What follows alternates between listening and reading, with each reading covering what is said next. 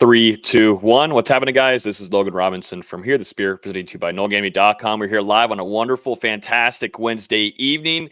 And man, oh man, we are deep into fall camp. The full patch just came on not too long ago. Dustin was in attendance for that. We're going to get the full rundown of fall camp. If you're looking for nuggets, inside scoop, who's showing out, freshmen that are finding their strides early on, this is the show for you on Here the Spear. We got that to talk about. We got a Florida State commit there in the wide receiver room. We're going to talk about ACC preseason poll rankings. VZ also did his, so we'll discuss his on there, and just a handful of other things that we'll be discussing throughout the start of fall camp for Florida State. There's been a lot going on for the Seminoles, definitely in that quarterback room, running back room, wide receivers, almost everywhere. We're going to dive into. So with me this evening is Dustin Lewis, our editor-in-chief at NoleGameday.com, and down below is Austin Veazey, our lead basketball writer. Gentlemen, does it feel like football season's here? It's got to feel that way for you, Dustin, since you're right there on the practice fields. It's got to smell like football grass. Oh, yeah. It's back. Like you said, we're right into the full swing of things. I mean, jumping into it, 6 practices in the last 7 days, today being a day off for Florida State, and then they'll return to practice on Thursday and Friday morning. We're going to have our first scrimmage of the preseason on Saturday evening. So, I mean, really quickly getting into this thing. And, yeah, like Logan said, a lot of stuff to talk about tonight. Easy. Does it feel like football season to you over there? I mean, you're a Vikings fan more than anything, but still, you're far away from Tallahassee. Let's stretch that. It's Florida State first. Okay, all right, making sure. Every day's football season when you have college football 25, so I'll say that. But, Olympic basketball's on. That's where my focus is currently. Yep, 100%. Have you beat anyone worse online than Logan? Don't say that. You don't need to comment on that, VZ, really. I don't know. Let's move on. I mean, I can if you want me to. Because it's hard to tell with the online play, because I've played, I don't know, like 15 online games maybe, and like 12 of them have quit by halftime. So I can't really say if they're better or worse than Logan if they don't play the full game. Yeah, at least I stayed in the paint and kept on playing the entire game. You did. You stayed in the paint. And I played in, how many years? 10 decades? So I don't want to be judged by that. Didn't need to bring that up. Dustin, football season, we're over that now, and we're on to work time. I haven't played that game. I only played it. The last time I played it was whenever me and VZ played. So don't worry. I'm going to get some practice in once things slow down. But we're in training camp. I'll tell you what, it feels like football season to me. Hitting the gym 6 a.m. before we get out to training camp for the Bucks. Actually was out there last night. Got to see Kalen DeLoach make a big play there. He was sent on a blitz from Todd Bowles' defense. In there, a player knocked out the ball. Kalen DeLoach picked it up, almost took it back for 6 there, and that actually ended the night of practice for the Tampa Bay Buccaneers. But it's been awesome to have Kalen DeLoach around, one of our favorite players here on the show. He's came on here before as well, Here the Spear alum, but to see him in person, see him developing. I was actually talking to him after practice on Tuesday and just said that he's feeling really good about adjusting to this new defense. That a lot of it is similar to Adam Fuller's, what he ran at FSU, but you could just tell though Todd Bowles and this defensive staff really like what they see in D'Lo, and he's got some really good veterans around him with Levante David and KJ Britt, also Dennis, too, former Pittsburgh linebacker, going into his 2nd season for the Tampa Bay Buccaneers. So Kalen is surrounded by some really good wisdom in that room, and you could just tell he's getting better. And he actually got some work with the ones earlier over the weekend as well. So Kalen DeLoach, along with a whole handful of other Seminoles, I'm sure in next week's episode we'll probably jump into a dive deeper into some of the NFL Noles that are balling right now. I saw a big catch from Johnny Wilson over there for the Philadelphia Eagles that came up. Keon Coleman is absolutely just blowing it up there with Josh Allen. Have y'all been seeing that? A lot of Josh Allen to Keon Coleman highlights? He's been going crazy. And not even on the field, though. Off the field stuff's been great, too. I saw he finally met up with that kid that gave him the friendship bracelet. He's just fitting himself so well in Buffalo, which when you think Keon Coleman and his Louisiana attitude, you wouldn't think Buffalo Bills, but he's been amazing with them. And he even said, whenever he transferred to Florida State, a big reason that he started his career at Michigan State was he wanted to go up north and kind of experience that weather, because he knew in the NFL, the weather is a big thing when you get into later in the season, and a lot of those franchises are up north. So he might be a little bit prepared for what he's going to see in Buffalo this year, and man, he's already gotten off to a great start in training camp, setting himself up for a really good rookie campaign and possibility to develop into Buffalo's next star. But I mean, Jared Verse as well out there on the West Coast. I think there was a wicked spin move that the Rams posted either earlier today or last night. I mean, he's been getting after it as well. So a couple Noles around the league already staking their claim. Yeah, they are. Yep, and we're going to hear a lot more about guys like Trey Benson. Hopefully, we'll get some updates as well on Jordan Travis, kind of starting off camp a little limited, as we had reported on the site, and also too here on Hear the Spirit. But there's a lot of guys that are in the league that are going to get a lot of playing time this upcoming preseason. So we'll have full coverage of that, and we'll make sure you guys get all the intel you need here on the show, Hear the Spirit, and NoleGameday.com. But as always, before we start into this episode, as always, you can listen to this podcast on iTunes, Google Play, Spotify. If you're on YouTube right now, hit that like button, subscribe, putting out a ton of content there left and right. So make sure you subscribe so you get notified every time we release a new episode. But this episode we're diving into camp. We did it last week. You got our first instant reaction to the first day of fall camp, but now we've had 5 more practices. And Dustin has all kinds of goodies. If you haven't yet, he's been putting out observations just a few hours, very quickly, just a few hours, thousands of words, literally, about every practice. But just overall, D-Lou, I think we'll go through some points here in this discussion of some players that are standing out. But I just want to go off of, and I do this every year, I want to know who's getting hit and who's laying the wood. I mean, we just had pads on for the first time, full pads yesterday. Like, what are the vibes like? Who's wanting to come in with the energy? Because you used to have a guy like Jared Verse who's chirping and talking trash coming to the practice. Has there been anybody like that? Has there been anybody chatting it up a little bit now the pads are on? I'm going to be honest. That was one thing that I was really watching for yesterday whenever they walked out in full pads for the first time. Is there going to be a lot of energy out here? Is there going to be any chatter back and forth, some competition going into practice? It was a little quiet. I mean, these guys were walking in calm, cool, and collected. So that made me a little bit more interested. Like, all right, well, what are we going to see during this first practice in full pads? And then they started getting after it. The pads were clashing. I think I counted 3, maybe 4 snaps before we got our first scuffle of the day. And there were a couple mixed throughout the 2.5-hour practice. I thought it was a really physical day. And I mean, that was followed up by some really physical practices when they were in shells as well. They went helmets and shoulder pads for 3 days leading up to that first day in full pads. I mean, they've really been getting after it as far as guys bringing the wood. Cam Riley's had some really big hits. I've noticed Shaheem Brown, a couple hits to prevent completions. And really some other guys in that safety room as well have probably delivered some of the bigger hits of camp early on. And Devontae Brown, I mean, absolutely lighting up Malik Benson. That might be the hardest one that we've seen. I mean, took him to the ground. It was a really hard hit. And then Can we protect Malik Benson, please? God forbid, man, please. Mike Norvell after that play, I think he was a little scared. He's I love the hit. Stay up. Yeah. But it's also one of those, at least we're getting something good out of Devontae Brown, because a lot of people weren't happy with that transfer addition, and by all accounts, he's been at the very least solid in camp so far. He's been pretty solid.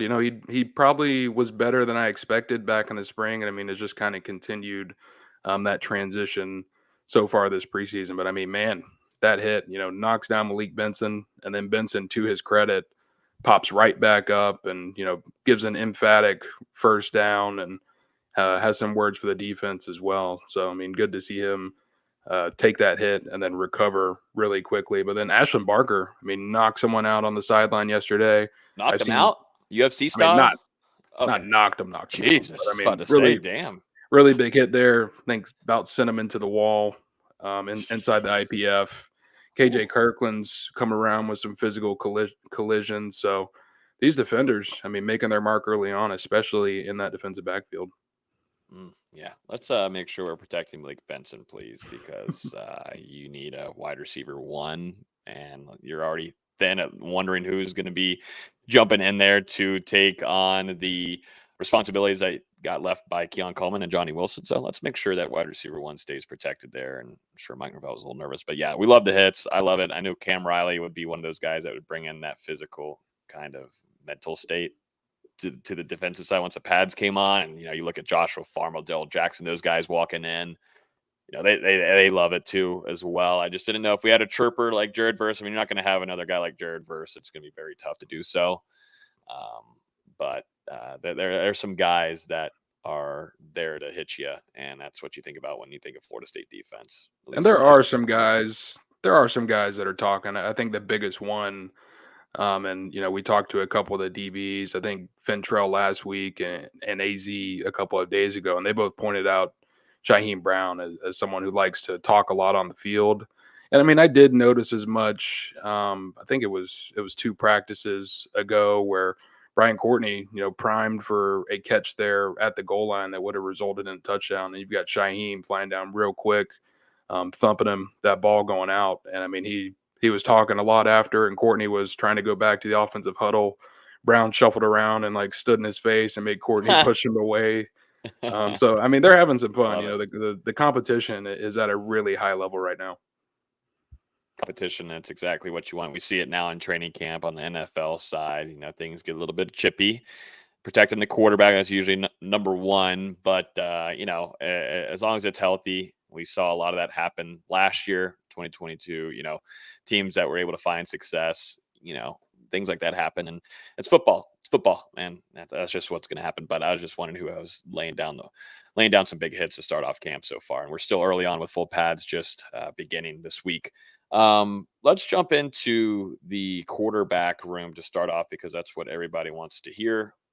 Number one position on the team. But in this regard, you got DJ in here who had a kind of slower start to the spring, learning the offense, getting it down, and then accelerated in the middle to the latter half and was really impressing you, Dustin. And then starting off, we talked about it right off the bat last week. We start off with DJ having a slow start in that first day. It was just one day. We weren't going to fully cement that. This is where DJ, everything's crumbling. Florida State's screwed for the 2024 season. Gave it some time. We've had 5 more practices, Dustin. What have you seen from Florida State's projected starting quarterback? Hasn't been named yet. Mike Norvell has not named him yet. We'll see maybe after Saturday's scrimmage when we get on the Zoom with them if he wants to name DJ the starter. But what have you seen DJ before we jump into some Brockland, who has also looked pretty good to start off this camp? As we talked about last week, we didn't feel like there was a ton to be concerned about with DJ coming out and having, a little bit of an inconsistent first day of practice. We wanted to see how he would respond moving forward. And I would say over the last 5 practices, he's done that in a good way. And it seems like he's moving in the right direction here as we start to get closer and closer already to the middle of this preseason. In fact, I think Tuesday, maybe DJ's best practice of camp. I mean, you're really seeing him display that arm talent at a high level, connecting on a few of the deep throws, and then placing some really accurate passes in kind of like that intermediate area. I think the biggest thing that I want to see, these next 2 weeks or so is just kind of that short game some more.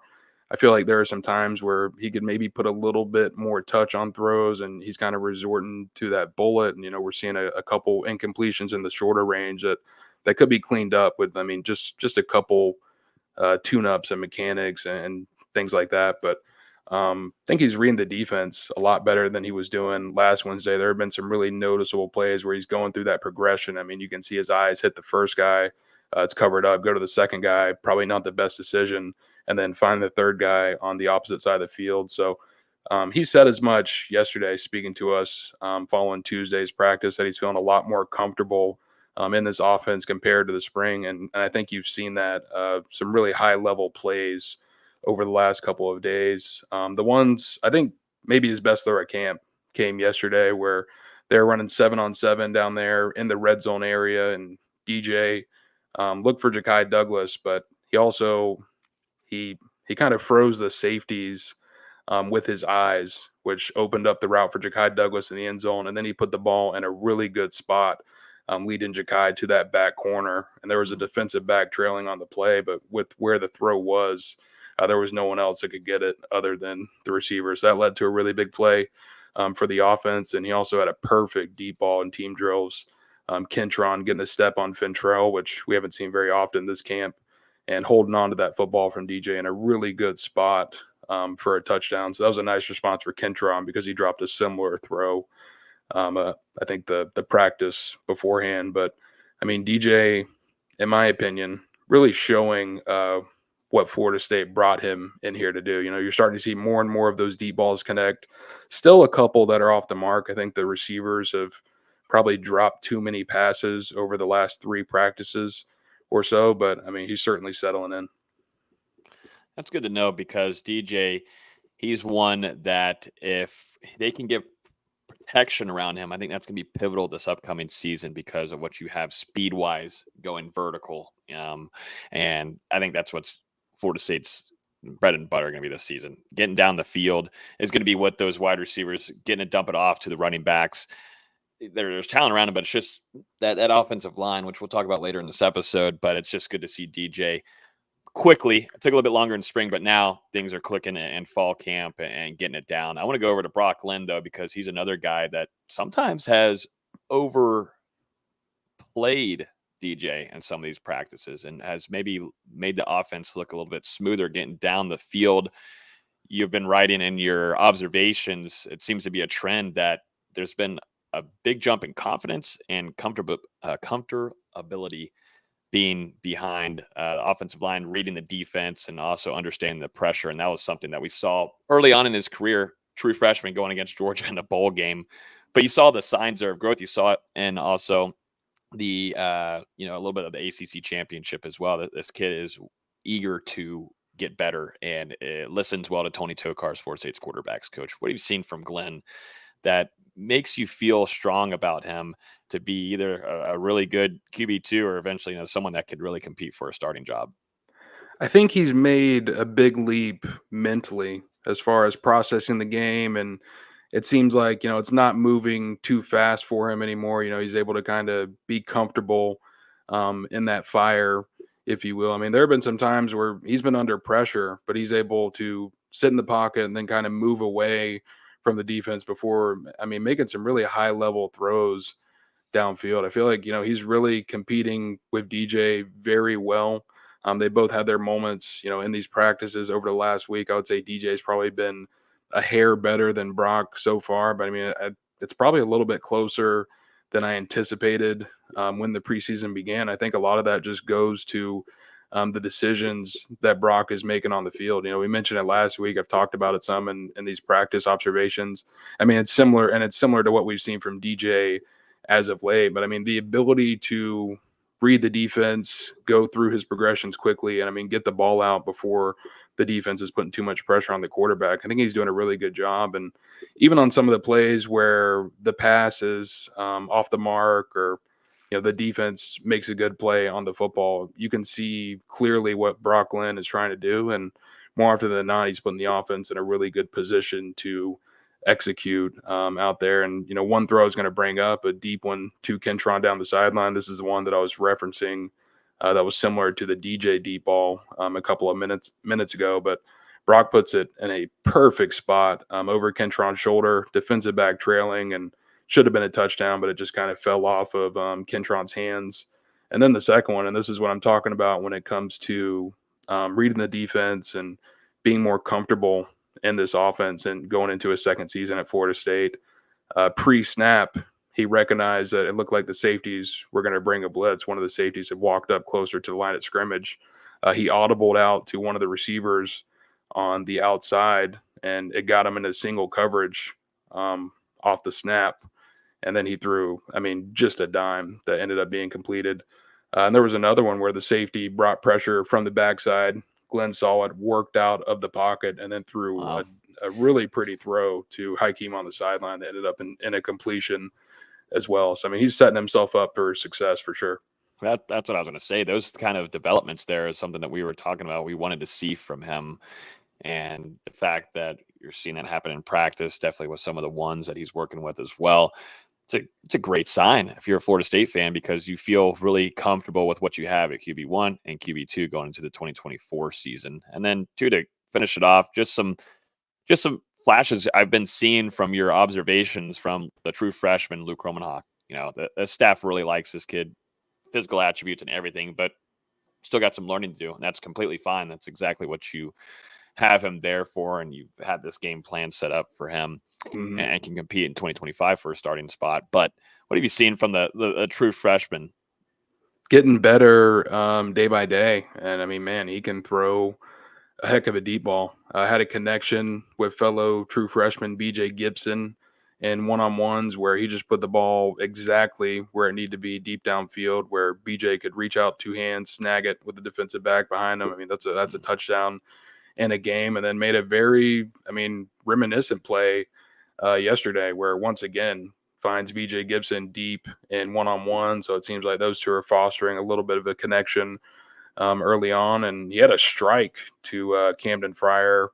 I believe it was on Monday where I think it was either a team or 7-on-7, but either way, a bunch of defenders out there in this play. And whenever the ball left Luke's hand, I'm like, I don't know how this one is going to go, but he put so much power into it that it got to Camden and actually kind of led him upfield and created a bigger play than I thought it would be early on. So, I mean, he's another one, you're seeing that growth day by day. And I think a lot of that credit goes to Tony Tokars. I mean, he's asking a lot out of this quarterback group, and they've been doing, Mike Norvell was talking about, but they've been doing a lot of offensive installation over these 6 days, throwing a lot of different concepts at all of these quarterbacks. And, there have been some ups, some downs. Luke did have an interception yesterday on a throw that got away from him into the end zone. But I mean, he's a true freshman, some mistakes are bound to happen, but it's the way he responds. And, after that, I thought he settled in and was pretty solid for the rest of practice. I mean, all of these guys are kind of making some really promising growth and progress. And, we'll see how everything continues to develop over these next couple of weeks. I love Luke Kromenhoek's mentality, because he told us in his introductory press conference, he understands he's the guy that's QB3 or at the bottom of the depth chart in that quarterback room, but he's coming in with the mentality to compete for a starting job. And that's just exactly what you like to see from any kind of player on a team and a roster, and definitely at that quarterback position. So Florida State did a great job of recruiting him. They brought in the right kid, and just to let him learn, let him sit behind a guy with the most experience that you can have in college football right now with DJ, Brock Glenn, who is learning and making strides, and you got Tony Tokars and Mike Norvell there behind you. The future is very, very bright for Florida State in that room specifically. We got to go to the defense here, and I want to start off with someone that deserves a lot of credit here, and it's probably 2 players out of them all. But Dustin, we've been talking on the phone, been reading the observations, both Austin and I have. Fentrell Cypress, we got to show Fentrell Cypress some love, and we're going to do that starting off right now. It seems like he's got things clicking, man, and we were talking about in the production meeting, he had a really slow start to adjusting, arriving in Tallahassee, just kind of had some hit or miss kind of practices and some inconsistencies there. And, it wasn't an awful season for Fentrell Cypress. It wasn't a bad season. There could have been some better play here and there, of course, but it wasn't just dreadful. It wasn't awful. I think Florida State fans, having Fentrell Cypress is like, woohoo, okay, that's fine. You bring back another starter. But, the fact that he is performing the way he is in this fall camp against a really speedy wide receiver room is something that you got to love to see. But let's talk Fentrell Cypress, and let's transition over to another playmaker and on the opposite side with Azrae Thomas. Yeah, Fentrell has been incredible. I think he's maybe been Florida State's best player on defense through 6 practices. And I mean, that just comes with him really having some lockdown coverage, being physical with these receivers. And it's another thing, we kind of talked about it with AZ last week. Whenever he loses a rep against one of these receivers in one-on-ones or 7-on-7s, it's a little bit of a surprise. You don't see it very often, and that's becoming the trend for Fentrell. When someone beats him, you're like, all right, well, who was that? Because that had to be a nice play if they're getting by Fentrell. But he's actually leading the defensive backfield in interceptions right now. He's got 2 of them to his name, and picked off DJ on Monday with just a really nice play on the ball in one-on-ones where shadowed Malik Benson deep down the field, which that's already hard to do by itself. And then DJ let that deep ball go, and Fentrell worked his way inside of Benson where it kind of looked like he was in position to be the receiver, and picked it off. So he's just been really good. Has had a couple of other chances too to get some picks that just haven't quite been there. But man, he's been good. And also in run support, coming down, and I think he got a tackle for loss on Roydell Williams the other day. Wow. So making a contribution in both facets of the game. And then AZ, I don't think Tuesday was his best day. He lost a couple of reps that you don't normally see, but I mean, he still continued to be really good this preseason. I think back to Sunday, that might have been his best practice so far, where he was actually able to pull an interception as well. And that was a play, it might have been created by Shaheem Brown, because after the interception, Shaheem came off and was talking to AZ, and he's like, "You see how I set that throw up for you?" I guess just based off his alignment or whatever, but that was a throw where DJ went deep, and I mean, AZ was just there and took the ball. I mean, just made a better play on the ball than the wide receiver. So at least on those two picks, it was hard to judge DJ for those, because it seemed like the DBs really put themselves in good positions and just made really excellent plays on the football. So both of those guys doing everything you want them to do through 6 practices. I think it's huge to have those two guys excelling, because we know what you have with Azrae Thomas, but he hasn't been a solidified starter in that spot that he's going to be in 2024.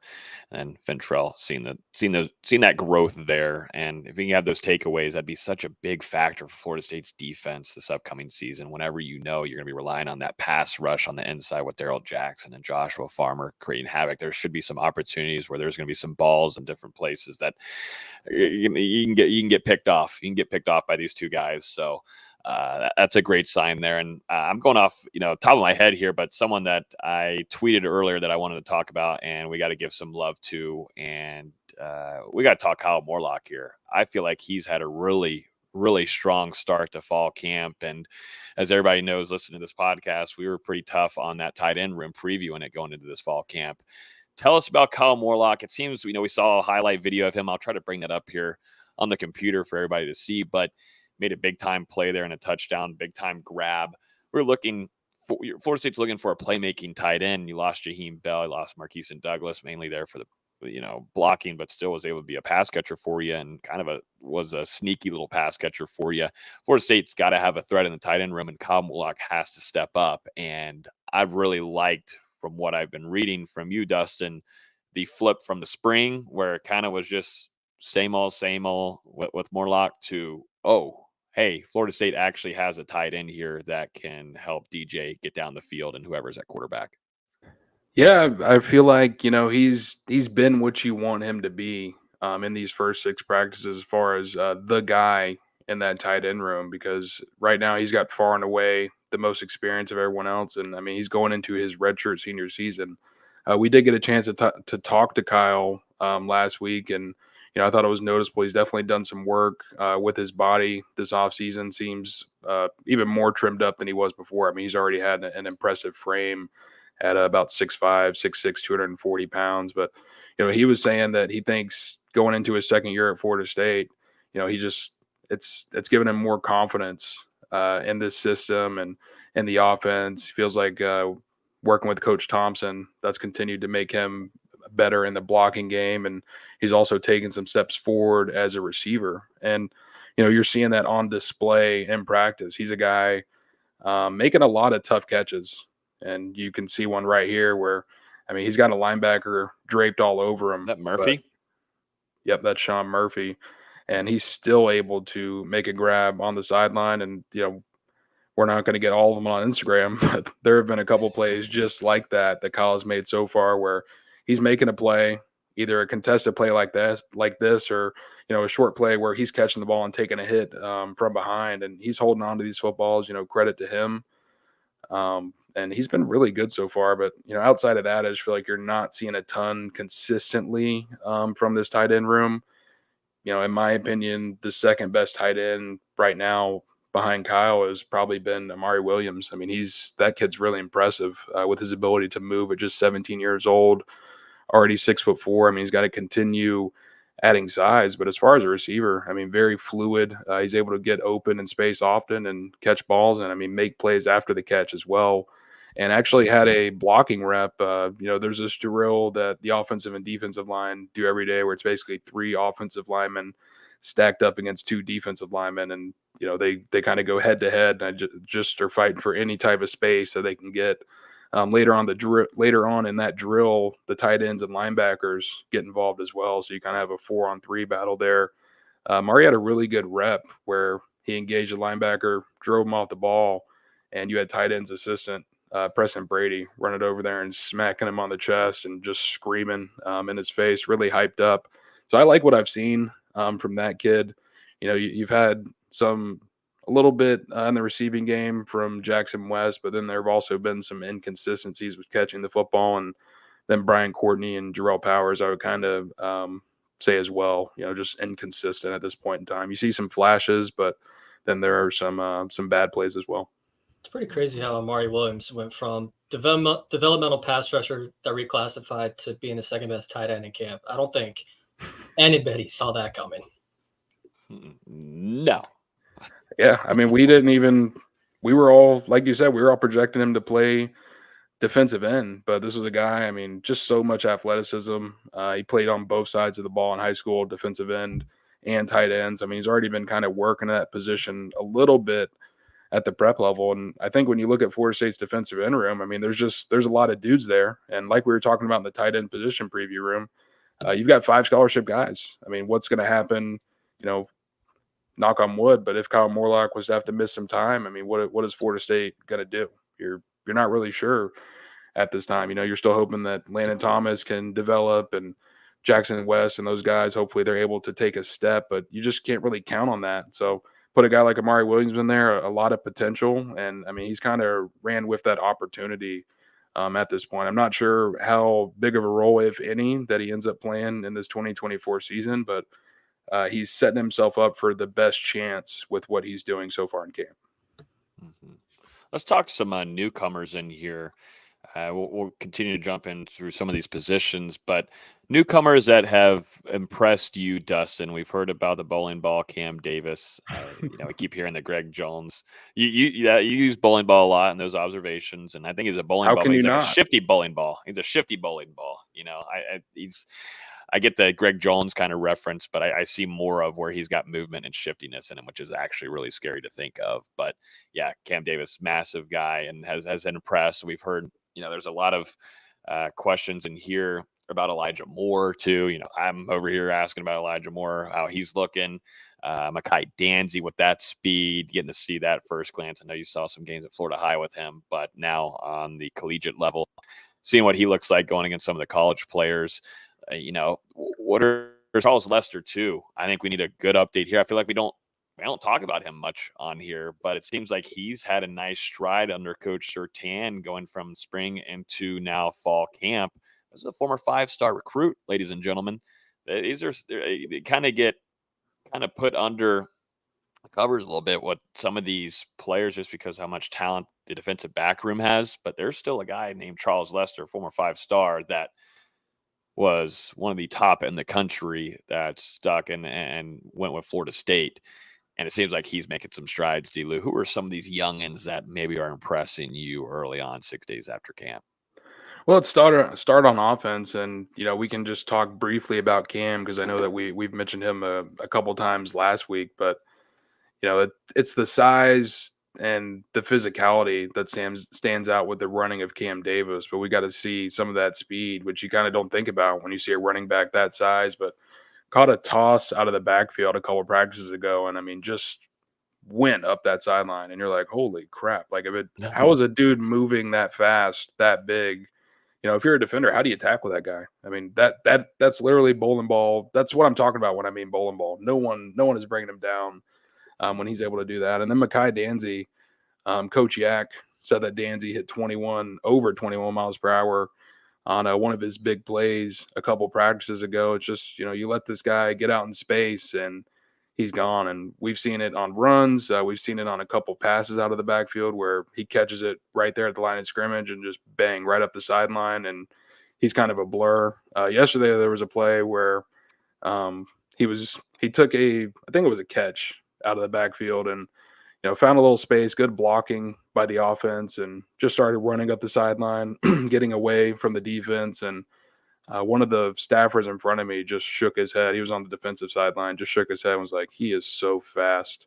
So Makai Danzy, already impressing guys. I feel like Elijah Moore, his best day was probably that first practice. We've seen some up and down since then, but really impressive with the way that he's able to move at 6'4". And, showcasing some of that speed and tough catch ability as well. I think the most impressive true freshman wide receiver to this point, probably LaWayne McCoy. And he started coming on to at the end of spring practice, where we were mentioning him more and more in the observations. And that's just kind of continued into camp, where it feels like he's flashing each day, probably a candidate for catch of the day each of the last 2 practices. On Monday, he comes down with a vertical grab in the end zone.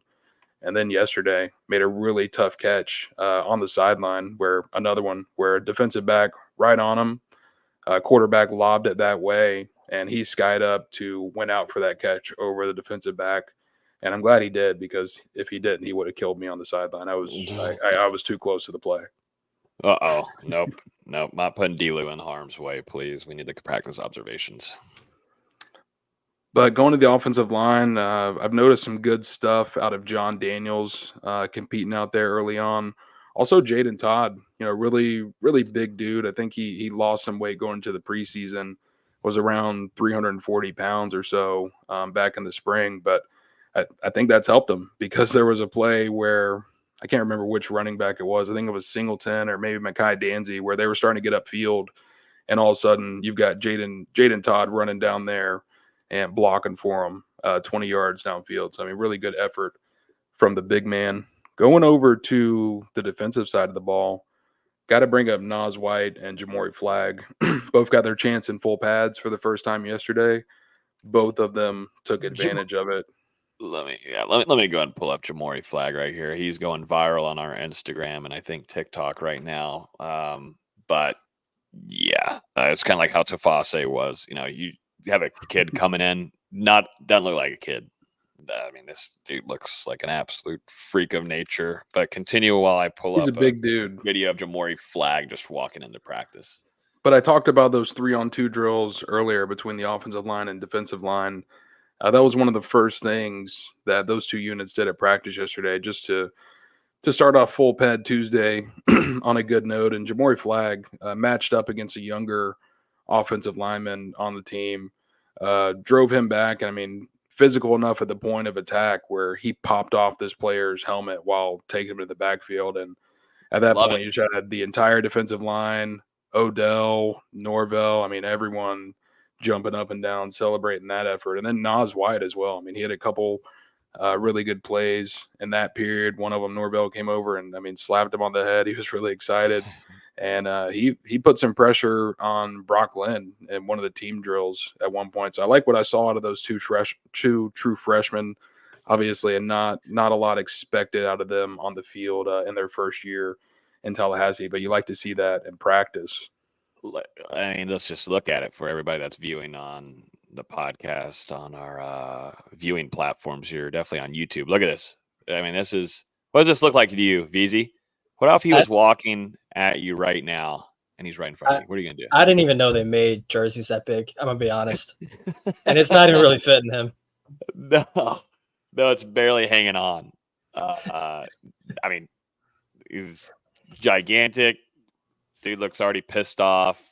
We're just heading into practice.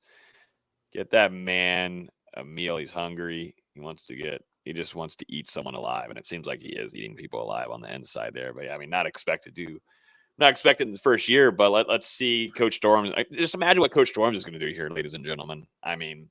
Golly, he's just licking his chops at what he can do with Jamori Flagg. This dude's going to be fun to watch develop, and you just got to hope, too, that he can make strides with Odell Haggins because, you want to start building some nice, decent depth from the recruiting side of things, develop your own recruiting guys from defensive line in there. And I'm a fan of Jamori Flagg, ladies and gentlemen. This kid is a big boy. That is a gigantic human being, man.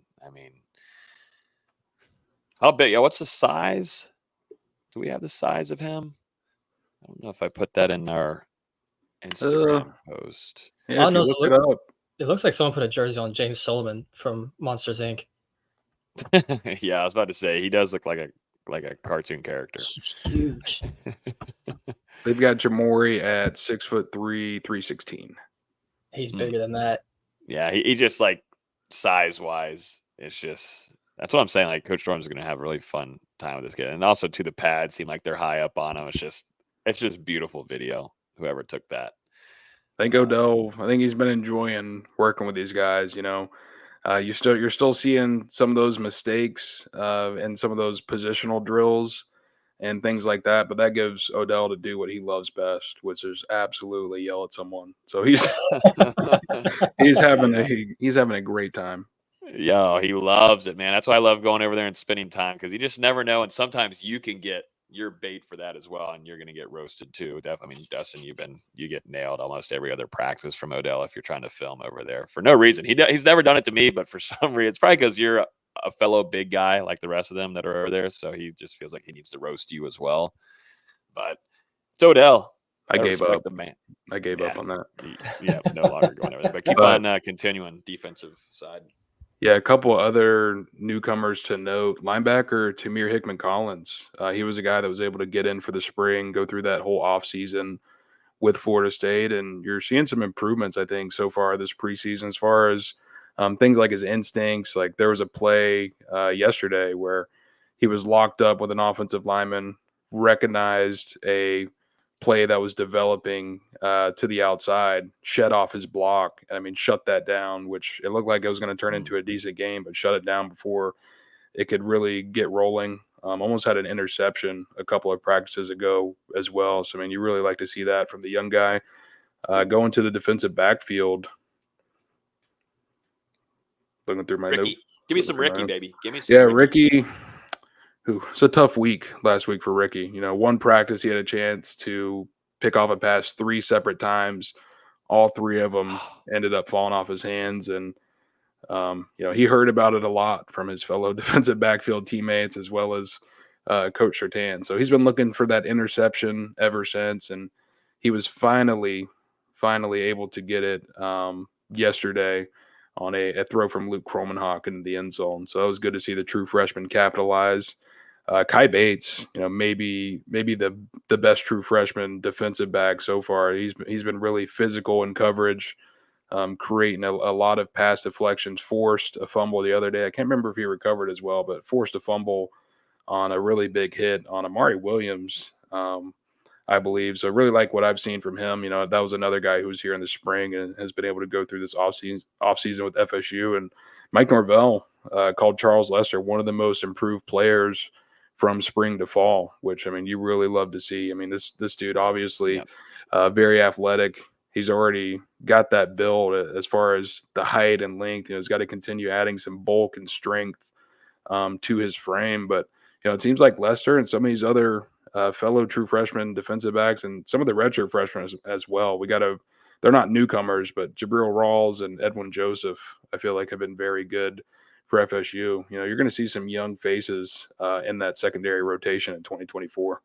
That's what I was going to say too. There was some youngsters we saw last year that we didn't expect to see so early on. I mean, we go back to like Conrad Hussey as well in that room. Quindarius really just later on in games when they were able to jump in and get some PT. But Coach Surtain does a really good job of getting these guys ready for game days if need be. They need to jump in there or they're able to get some playing time with there being some dead time in the end of games. So we're going to see some youngsters, and I'm really excited to see some guys, specifically like Charles Lester, because there's just natural ability there. And like you said, just putting on a little bit more size will help him there when he's facing one-on-ones, man coverage and all that kind of stuff.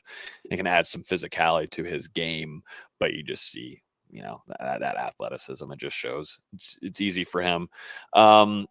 Let's go back now, and I want to go jump into this running back room because I feel like you've been pretty consistent in your observations about Lawrence Toafili, Roy Dell, Keziah Holmes also had a nice day late last week in practices.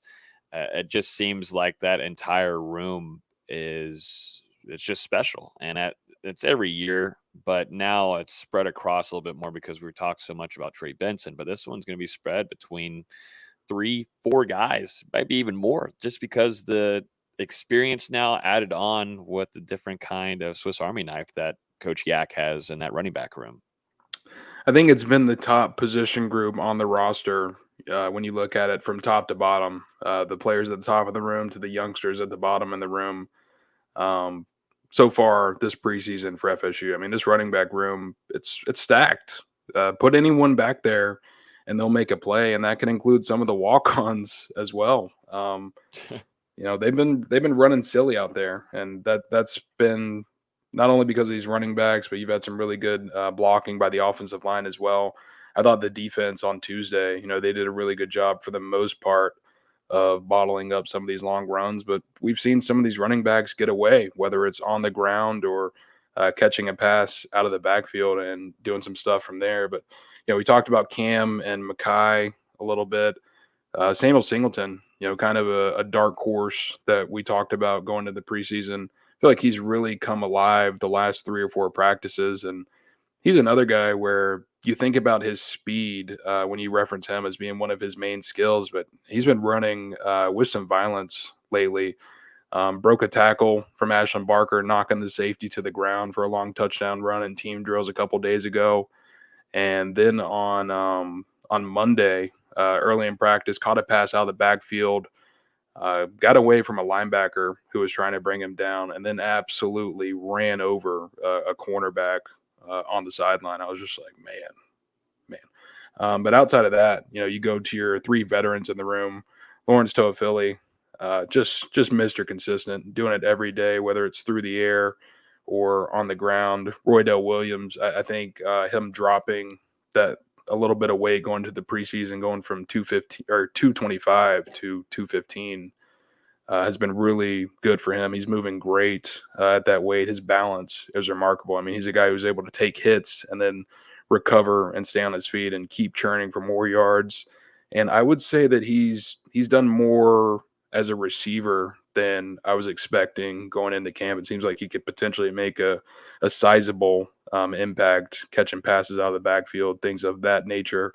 And then Keziah Holmes, you think about where this dude was 2 years ago when he transferred from Penn State to Florida State. He has grown so much, man. His vision, his patience, his footwork, making some really good plays in the open field. I think you've got a viable 3 running back room right there. It's just so many. There's too many. Roydell, Toafili, and Holmes, and you've got to add Jalen Lucas into the mix as well, because he's going to be your guy who's in the backfield, in the slot, kind of moved all over that offense.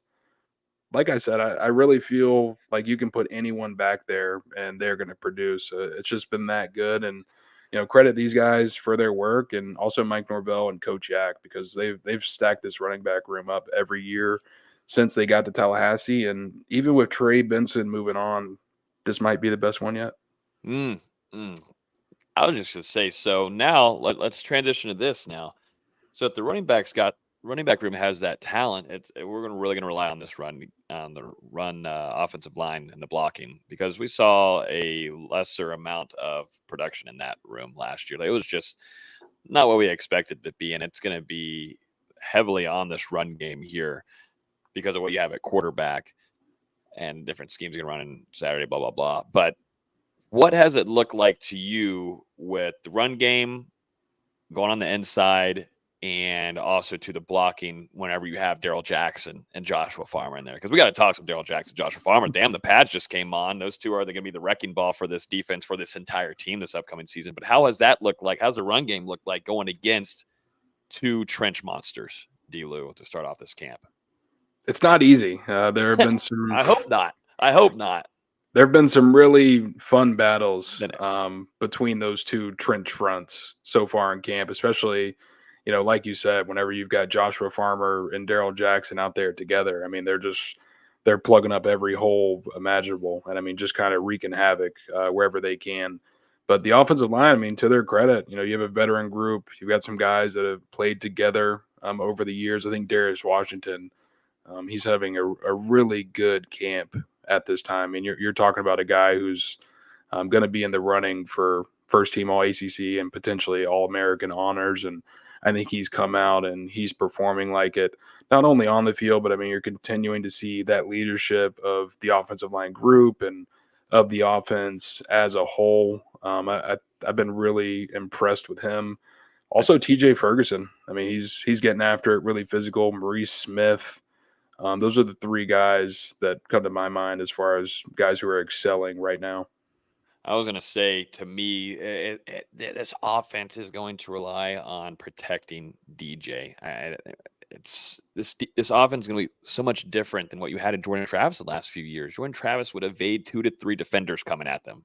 Like sometimes it would be miscommunication. Some screws up the offensive line, allow a defender back there. Jordan Travis saves the play, and you keep going. Like that, I think we got spoiled by that, and it's going to show early on. And you're going to see it pretty early on. I think it's going to happen week 0. We're going to see, where you have a different type of quarterback there. And to hear about Darius Washington doing his job at, DJ's blind side is going to be huge, more than anybody else thinks. It's going to be massive. And for that whole entire offensive line, that's why I think, that it's Florida State's pass rush. And then also to the offensive line for Florida State to find its success, because what you have in the running back room, like we were just talking about, you have speed at wide receiver. That stuff is going to get figured out. You have talent there. It's just about who wants to step up. But in order to keep drives going, it's going to be Darius Washington's on DJ's blind side and guys up there in the middle. And you know what you have with Maurice Smith. If he can stay fully healthy, things look good. But, that's what I wonder. And it's like you said, it's tough when you're going against Darrell Jackson, Joshua Farmer, but it's perfect. Iron sharpens iron, and it's going to get you ready and better for on Saturdays. And I will add to that, I do want to see, some better performances out of Jeremiah Byers moving forward. I think the last couple of practices, Patrick Payton has done a really good job of competing and winning that matchup for the most part. I think was able to get multiple sacks yesterday. One of them coming just off an athletic burst off the edge where he was able to get around Byers, and another one where he actually drove the offensive lineman kind of back into the quarterbacks. I mean, I want to see if, he's able to get back on the right track moving forward. Obviously, a guy with a ton of talent and someone who Florida State thinks very highly of. So, yeah, want to see that from him. Then as far as the rest of the offensive line, Jacob Rizzi been working there at center and guard some, and he's someone we wanted to see what he's able to do after getting here at Florida State in the summer.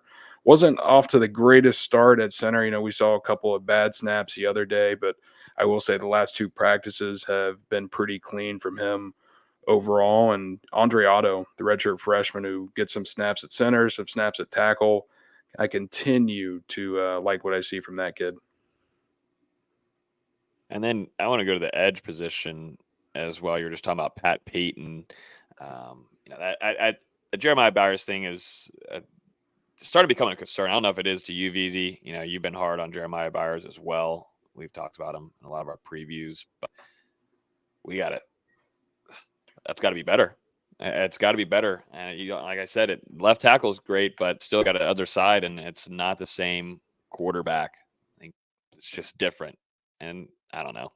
But pass rush, though, from Pat Payton, seems like he's been just surging. We were on the phone earlier this week, and I read the practice observations. It seems like Pat Payton is dominating, and you got to replace Jared Verse, who you lost there at the edge position. Is he really like what kind of growth have you seen since the last season of fall camp to this fall camp? Like, what have you seen? What does his size look like? All of that combined here before we get into this 2024 kickoff. He's just a year better. I mean, plain and simple. Obviously, he's added on about 15 pounds or so since last season. And has that slowed him up any? No. You think? No. Okay. I think he's moving. I think he's moving better than ever. He might be moving faster than last year. Because really, I just feel like that weight, it's more muscle than anything. I mean, his frame, when you see him, you're still like, is he big enough to play defensive end? Yeah, he's not like Jared Verse. So long. Yeah. He's so long. His arms are really long, too. Yeah.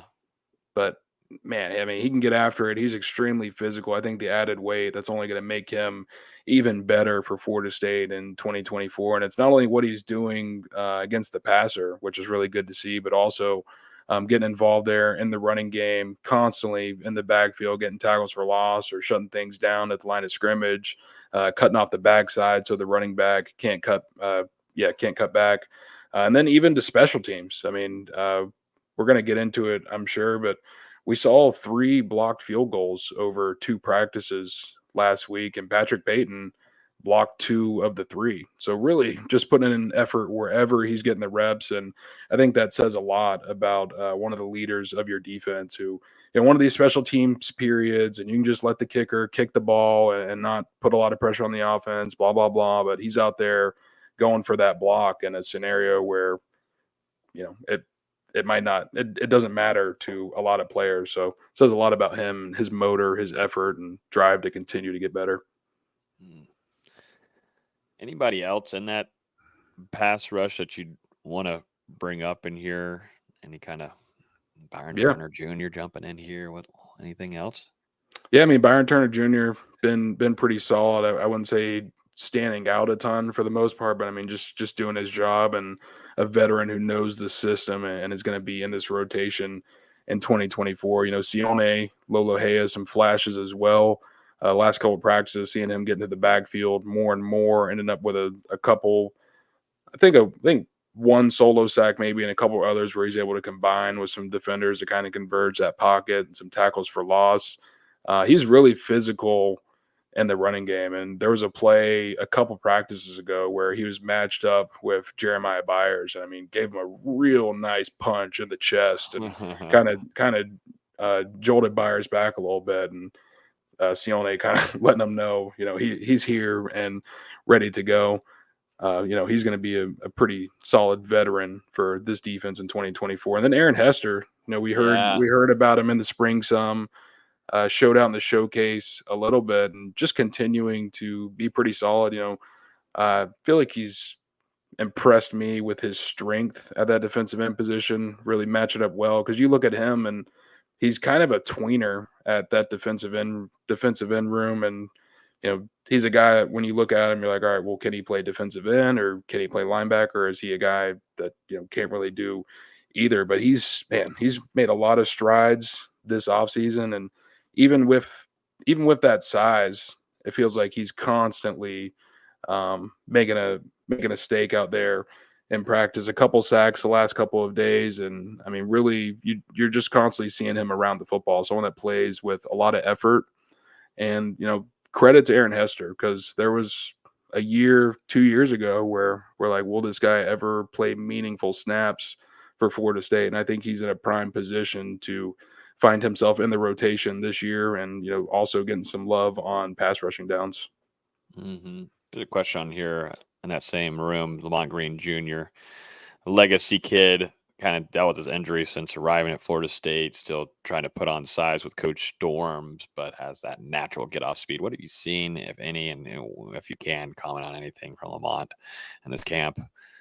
Yeah, just continuing to develop. I think, like you said, the biggest thing for him is just to continue adding that size, because he came in a little bit smaller than we expected a season ago. And then he had the injury in the spring that ultimately set him back for the majority of that 2023 season, which, I mean, was unfortunate to see. But, I mean, now he's back up to speed. He's back out there in practice and continuing to work on developing his skill set. He actually did almost have an interception the other day on a play where the defense kind of confused the quarterback by dropping him back into coverage, and I think blitzing a linebacker or a defensive back or something like that. But a little bit of a wonky play there where he almost ends up with a pick. But I mean, yeah, just a guy, a lot of promise still, and he's got to take advantage of this year and continue to develop and get back that time that he lost due to that injury. I really want to talk about the special teams because, like you were saying earlier, Jalen Lucas, that's speed in there. But it seems like, too, the defensive side of the ball, a lot of blocked kicks happening. What's going on? Coach Papp is really bringing the heat there on the field goal blocking in fall camp. I don't know.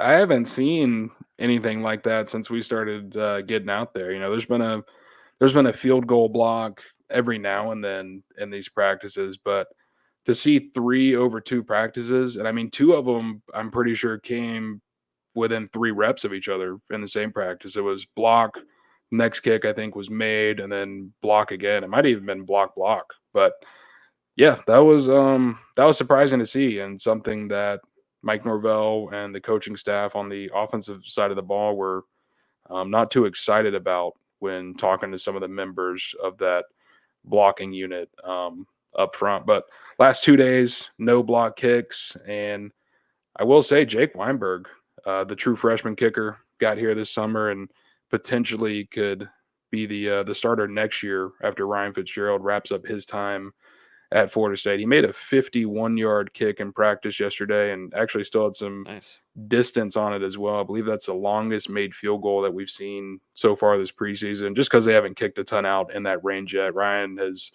made the majority of his attempts and also some over 40 yards as well. Logan, I don't know if you saw it on Twitter, but they had a really pressure-packed kicking rep the other day where end of practice, they had Jake Weinberg kicking the field goal, and the entire team lined up around him, in front of him, with water bottles, cranked up the crowd noise. And I think it was essentially, Jake Weinberg, make this field goal, and we end practice now. And if you miss it, then we've got some extra conditioning to do before we wrap up today. And I don't know if you're able to pull it up, Logan, but it was insane with just how close they were and that situation that they put him in. But Weinberg makes the attempt and the whole team goes wild. So that's one way to get your kicker to perform in the clutch. Yeah, I'll show the video right now here on the screen for everybody to see, but a pretty cool moment putting Jake Weinberg through. Well, first, let me replay, and I don't know why it's putting just Dustin right next to it right here. What's happening here? What's happening? Anybody know what's happening? What's happening? Technical difficulties here. Thank you, StreamYard. Definitely appreciate it. Let's see. Maybe this will work. We'll just full screen the damn thing. How about that? Here goes Jake Weinberg. Got everybody around him, spraying water on him. Like, look at that. Bang, hits it. Yeah, they're like, all right, yay, we're done with practice. Get me the hell out of here. Let's go. We love this kid. The guy at the very front of the drill had to be a little bit nervous. That ball was just going to smack him right in the head. Look at Mike Norvell yelling at him. I would be nervous too. It reminds me of like it reminds me of like a sitting down. There's Shy. Is that Shy? Yeah, I think it's Shy that's looking at him just 10 yards away from the ball, sitting down looking at him. It kind of reminds me of a golf ball that like veers off like way into the rough, into the woods, like in a big tournament. Someone's hitting out of the crowd. That's what that reminds me of. Look at Mike just getting in his face. He does this at every practice. I remember watching from far away and getting in Ryan's face. But yeah, they're Shy just sitting down. Oh yeah, just watching. Just gonna get clipped. Well, at least he's wearing his helmet. That would have been funny. You what? Shiny Brown getting nailed in the head for the just taking a football to the helmet because he's sitting down right in front of the kicker. But we would have never got to see that video. Sure. Well, I don't know. It may come out in a blooper reel later. a Willie Taggart blooper accident release. So the kickers have been a lot better as of late, and you really like to see that out of Weinberg, someone that could play a big role in the future at Florida State. As far as the punt return, right now Malik Benson, Jalen Lucas, Mekhi Danzy been taking a lot of reps back there during practice. We saw some balls hit the ground, I think, on last Wednesday, the first practice, and then maybe the practice after that. Since then, they've all been really solid, which very promising sign with Florida State replacing its starting kick returner once again. And then you go, or punt returner, and then you go to kick return. A lot of different guys working back there. I've seen Jalen Lucas and Ja'Kai Douglas. I think that would be really cool if Florida State was to end up rolling that out, to have the two brothers back there returning kicks, both guys, plenty of speed and the possibility to create something electric at any given second. And behind that, I would say Deuce Spann, Keisaiah Holmes. There are some others that have been taking some reps at kick return as well. But Florida State, some jobs to fill there potentially in those special teams rooms at those returner positions. I've only got one more question here related to fall camp, and we're going to dive into a whole lot more if we get to next week's episode, because we're going to recap what happened at the scrimmage and the other practices. But speaking of Deuce Spann, I've seen some tidbits of him and more tidbits than usual in these practice observations, more than we saw in the spring. And I bring up Dustin because of what Florida State's going to be running offensively this year with that speed and explosive factor that is going to be accelerated more than we've seen under Mike Norvell's tenure. What are we seeing from Dustin? I really would like to see things click with him because he's such a smooth kind of stride runner, man. And I feel like with DJ at the helm there with his arm, this kid should be able to explode in the offense like this when you match it with what's on the other side of the ball and what you have in the slot. What's going on with Dustin? Should we be talking a little bit more about him, D-Lou? He's showing up a little bit more. I would say so far he's caught passes a little bit more consistently than we saw in the spring. And I mean, that did lead to a nice highlight reel catch the other day where he went up vertical over a defensive back and reeled one in. And there's been a couple reps and one-on-ones where he just uses that speed, which, I mean, one of the fastest players on the team, but utilizes that to get open against some of the better cornerbacks on the team. I mean, AZ and Fintrell. So whenever you win those reps, it's notable enough to get brought up in these practice observations. But there have been some times where the ball has fallen off his hands, and I think some times where there's either been a miscommunication on the route or he's potentially running the wrong route on the play. Because there was a pass that was picked off by Earl Little Jr., thrown by DJ in the end zone yesterday. And after the play, Mike Norvell spoke with Dustin and had a conversation with him. It seemed like he had not quite done something right on the route, or I'm not certain, but it was a nice conversation. Just a nice one.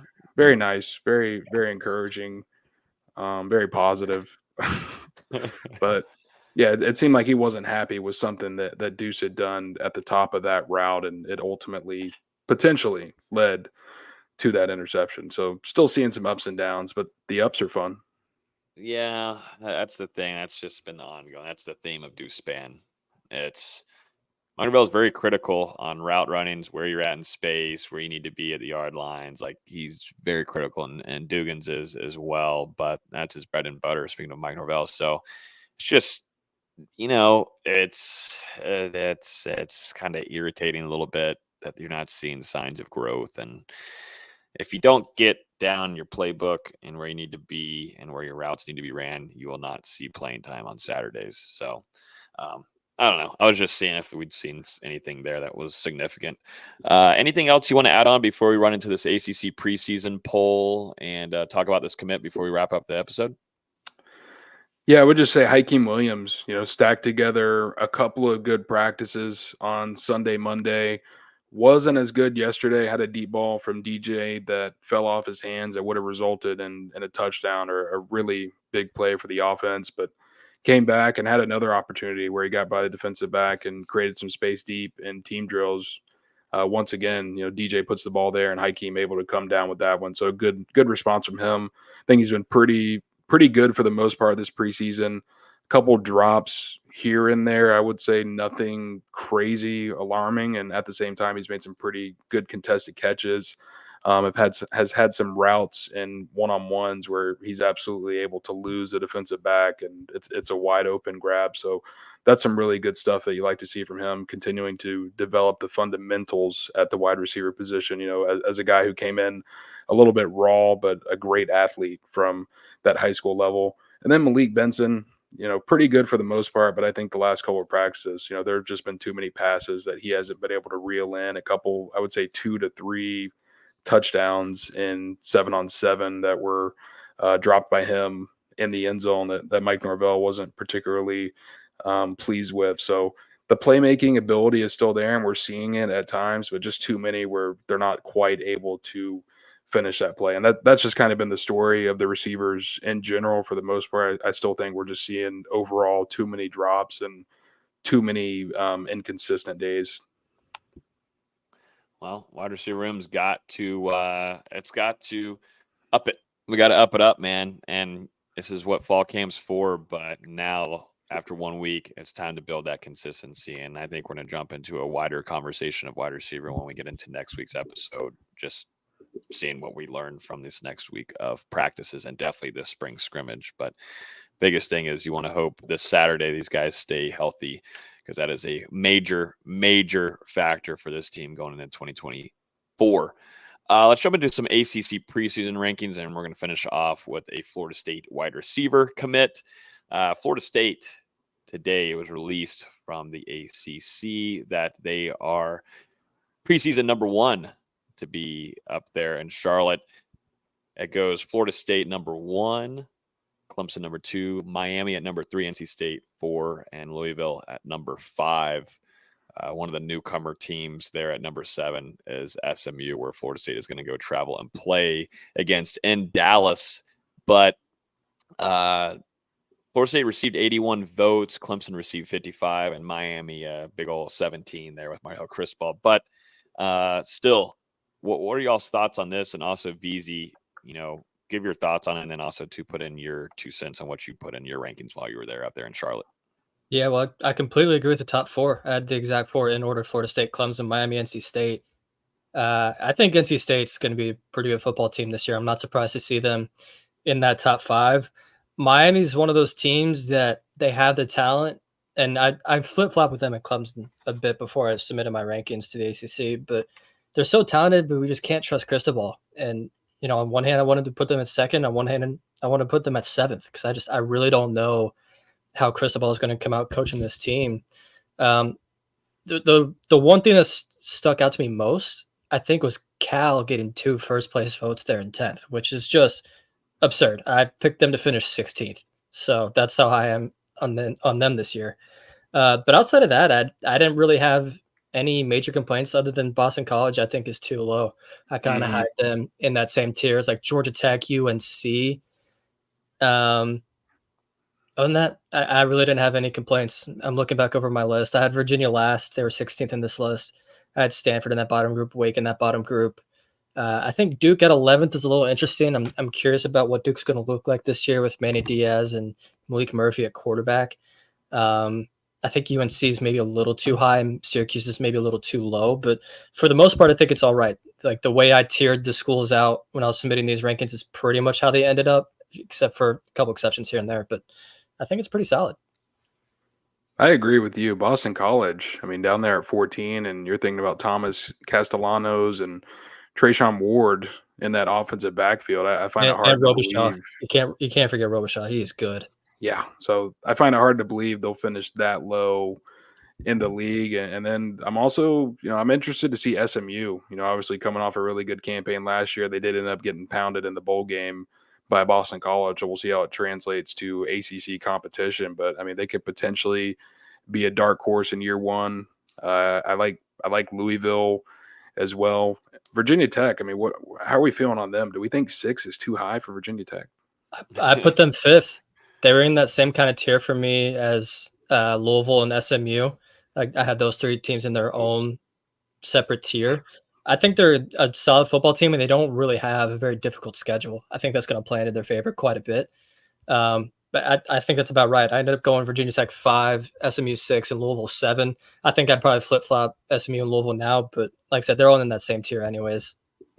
And as far as the top, it all makes sense to me. Florida State defending ACC champion, Clemson 2nd. They were right there with FSU last year, and a couple snaps go the other way. Clemson walks out of Death Valley with another win in that series. Clearly the ACC runs through those 2 schools until someone else proves otherwise. And then Miami, as you were saying, Austin, a ton of talent. They put a lot of NIL money into fund this roster for the 2024 season, but can Cristobal not screw it up?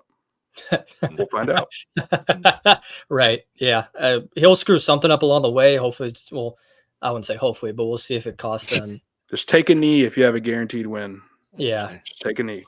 Just take a knee, brother. Just take a knee. Speaking of Virginia Tech, we can't just get on this show tonight and go over one of the biggest things that was trending across FSU Twitter.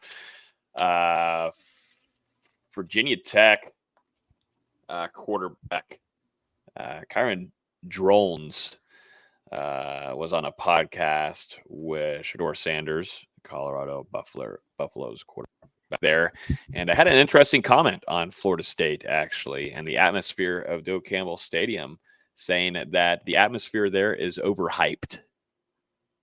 what did Kyron Jones' stat line look like last year in Joe Campbell's in a noon game? Let me tell you real quick. Kyron Jones went for 104 yards, 14 of 27, and lost 39-17, ladies and gentlemen. What are you doing on the podcast, buddy, saying silly shit when you're getting your ass whooped? And you'd get your ass whooped again if you played him again. Probably worse because you said stupid shit. But, yeah, Joe Campbell Stadium wasn't a big atmosphere to him, overhyped. I just thought it was silly and just saying silly things. I mean, Shedeur Sanders probably looking for some clicks anyways, but just silly stuff to say, in my opinion. They're very lucky they're not playing Florida State this upcoming season. I don't want to be on Kyron Drone's side too much, but full quote, doesn't make it look as bad. He said, I feel like that was overhyped. I feel like they go crazy. I feel like they just go crazy, and the night games, day game was overhyped though. Yeah, I mean, it was a midday game against a 2-4 ACC team that no one really cares about. So I wouldn't be too hyped for it either if I would have been in the crowd. Just being honest, you still lost. Like you didn't even you mentioned just his stats. The team didn't even break 200 total yards of offense. They returned the opening kickoff of the second half, and didn't score another point the rest of the game. Like, you just don't say nothing. I don't care what you like with that performance. You definitely don't say anything. Yeah. Like if it was like a close game or you won, even if it was a close game, but if you won, yeah, you could say it whatever. You can say whatever you want. And if it was a close game, it would have been loud. And you have a stat line. You shut your effing mouth. Yeah. If it was a close game, it would have been loud. Instead, Florida State came out to a 22-0 lead. Kind of fell asleep in the second quarter, let Virginia Tech back in it with a couple penalties and a busted play by Drones. Then they return the opening kickoff of the second half, make it 22-17, and then Florida State takes off from there. They just handle business. Mm-hmm. Yeah. But, well, that was a funny quote there. I love it. We're in football season, baby. This is what it's all about. It gets me riled up. I love it. This is where we need to be. We had a good summer here, but now we're back to some trash talking, and that makes it a lot more fun. Wednesday nights with you guys. Let's finish off the show though with a Florida State commit, D. Lou. This is a nice one here. It continues to just build in this wide receiver room for Ron Dugans and the Donk, but Florida State lands Malik Clark, a 4-star wide receiver in the 2025 class. It just seems like now Ron Dugans can just sit back and chill, and these guys just keep on jumping in and joining this unit for Florida State. They are stacking up some talent for their future at quarterback. This one came as a little bit of a surprise. Malik Clark announced his commitment to Florida State last Thursday. I believe the top prospect in South Carolina, and the Gamecocks were the public favorite going into his decision. And instead, he ends up picking the Seminoles over South Carolina, North Carolina, and NC State. So, I mean, all of the big programs in that area for the most part. This is a good one for Florida State, continuing to add to this wide receiver class. Already landed CJ Wiley and Dalen McCutcheon a couple of weeks ago, two very good receivers in their own right. And now Clark joins the board. So you've got 3 blue chip wide receivers committed before August even begins. One of the top wide receiver classes in the nation. And I mean, probably one of the best for Florida State over the last couple of years. Interested to see if they look for a 4th wide receiver prospect to join this class, or if they're done at the position for now. But either way, really, really good commit to land for the Seminoles. Clark coming off a junior season where he caught 46 passes for 800 yards and 9 touchdowns. And he also competes in track and field. And that's where you get to see some of the speed that he's going to be bringing to Tallahassee. Last year, this year as a junior, placed 3rd in the South Carolina 5A 100-meter finals with a 10.2 second time. And he also won the 5A upper state title with a personal best 10.55 100-meter. So that's moving. That's moving at an elite level. Yeah. I just feel like they're prepping for Luke. When you get down to nitty-gritty, the Florida State's preparing for speed and with Luke's arm. I mean, you look at what Luke did in his just short stint in his high school career. A lot of deep balls and a lot of connections going deep, and they're looking for speed. And I think we're just thinking of speed the next couple of years in Tallahassee. And this trio they're bringing in's got plenty of it. And you look at the 4 true freshmen that they brought in this 2024 class who are all going through preseason right now with Elijah Moore, Loane McCoy, Camden Fryer, and BJ Gibson. And you see a lot of potential for this passing attack to be very good over the coming years, no matter who's at quarterback. Yeah, Camden Fryer. White. Lightning. I'm telling you guys, seeing that kid in person, kid's got some speed. I'm talking like, I'm thinking Malik Benson speed. Like this kid is fast and he just tricks you. But yeah, I think that's going to do it for this week's episode. Guys, as always, you can listen to this podcast on iTunes, Google Play, Spotify, YouTube. We've got all types of content going out at NoleGameday.com. Dustin is getting out those practice observations just a few hours after those wrap up, after practice interviews with Coach Norvell and a select few of players or coaching assistants. So tons of content going there. We're going to be live here on Wednesday night, recapping the first scrimmage and talking some more fall camp and whatever else. If Drollins wants to say anything more, we'll gladly talk some more stuff about it. But appreciate everybody hanging out with us. This was an awesome episode. Love just being able to just talk football like this. It feels good to be back, and appreciate everybody hanging out with us as always. So have a great rest of y'all's week, and we'll talk to you guys next week on Hear the Spear. Peace.